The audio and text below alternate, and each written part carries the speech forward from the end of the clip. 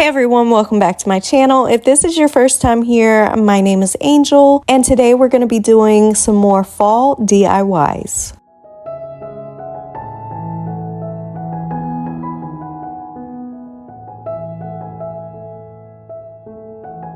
For this project, I'm going to start out with these two little wood pumpkins that I got from Dollar Tree last year. I have seen that they are going to have these again this year, but they won't have the lettering on them. But for these, I did have to go over them with 2 coats of my white chalk paint. I'm going to be leaving the larger one white, but for the smaller one, I mixed up some tannish brown paint and I'm wetting my paintbrush and just brushing that paint color over this to kind of make it look like wood. Then once that completely dried, I used a large chippy brush and some white chalk paint and just dry brushed a little of that over top of this. Then I went back in with a little of that brownish tan paint and that same chippy brush, and I went over the edges of my white pumpkin. I wanted to add a little bit more of a layer of paint for the brown one, so I just put a little bit of black chalk paint on a napkin and went around the edges, and then I'm going to use that same paper towel and I'm going to kind of brush that into the pumpkin, and then I used that chippy brush again with a little more white paint and went over it. And that just kind of blended in all those paint colors and gave this one a little more dimension. Now last year I made a similar version of this pumpkin, but for these I am marking some little spots and I'm going to drill some holes so that I can add a little bit of a lace detail with some of this Dollar Tree string, and I'm just threading it through, and then I will cut it and tie each of these to the backside of the pumpkin. And as you can see, for the larger one I ended up doing 3 sets of holes on each side, and for the smaller one just 2. So once I finished the smaller one, I did the exact same on the larger one.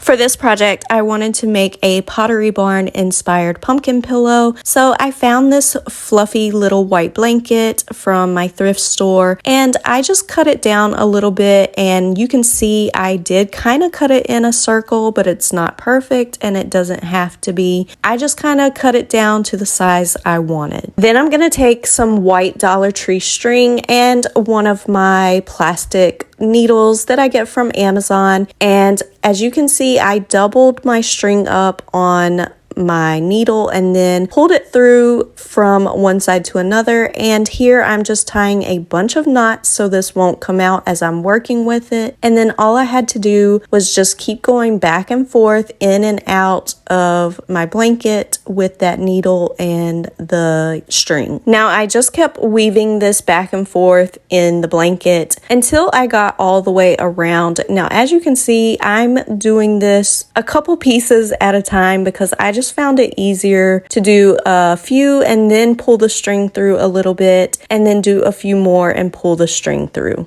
Now once you get all the way around, you can kind of pull that string to make a little bag or sack, and then I just used some old pillow stuffing that I had and stuffed this pillow.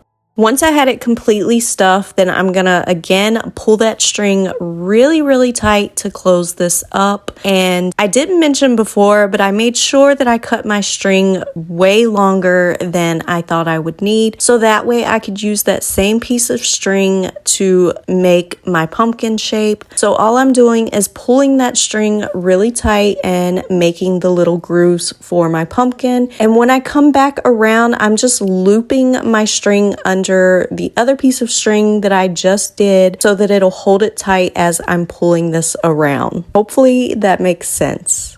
But I'm just going to continue wrapping that around my pumpkin to make the little grooves in it. And you can still see I have the needle on there. I haven't cut my string off at all. And then once I get to the bottom, I'm actually going to use that needle to pull this string around and tie a bunch of knots at the bottom. Then I was able to just cut the excess string off.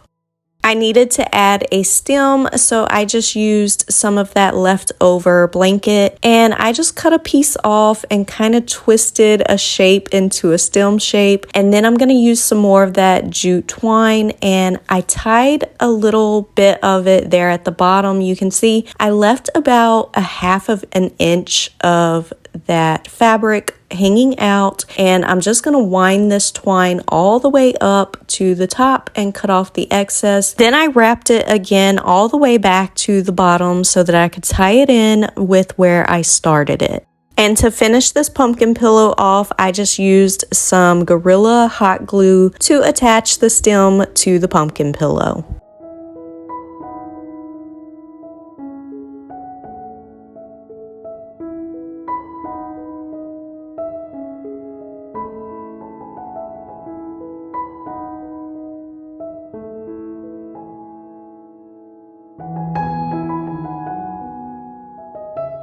For this project, I found this little wood plaque art piece at my thrift store. Now, the front side of this is actually a cardboard little piece of art attached to this, and it would have taken a while to get it off, so I just decided to use the back side of it, and I'm gonna do some painter's tape all down the sides, and then for the center part, I'm painting that with 2 coats of my Waverly chalk paint in the color plaster. And once I finished with that and it was all dry, I did go ahead and cover that backside just with a bit of brown craft paper. Now, I wanted to use this to do some fall leaf blueprints, so I actually just traced out some leaves and then I just added in what I thought would be on a blueprint. Obviously, none of the measurements or anything like that are correct, but I just had fun making things up for these. To transfer these onto my wood board, I'm going to be using some of my carbon paper that I get from Amazon, and I just tape that down to the board, and then I'm taping my blueprint patterns down onto the carbon paper, and I'm going to use my little tool that came with the carbon paper to trace over that, and it's going to leave this on the wood board. Now, I didn't go over this with a marker because I kind of liked it looking like pencil on here, but I did go over it with a little bit of my antiquing wax just to age it up a little.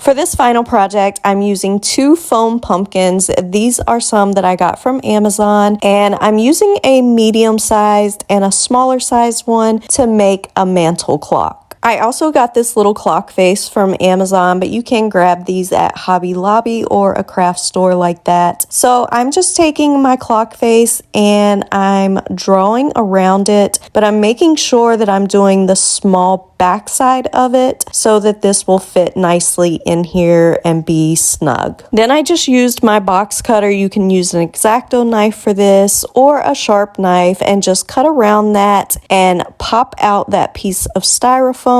Then I just made sure that my clock fit down in there before gluing the top little pumpkin onto the larger one, just using some gel super glue. I let that glue dry completely, and then I'm going to be using these little fall leaf clay molds that I got from Amazon and some of my air dry clay, and I ended up just making a whole bunch of these little leaves and then kind of just played around with them, figuring out where I wanted to put them on my pumpkins. And again, I used some gel super glue to attach all of these little leaves. I let my clay pieces dry overnight, and then the next day I took this outside and gave it 2 coats of Rust-Oleum metallic gold spray paint. But to finish it off, I did go in with a little bit of my European gold rub and buff and just went over those leaves to give it a little more depth and antique touch, and then I just popped that little clock face inside of here.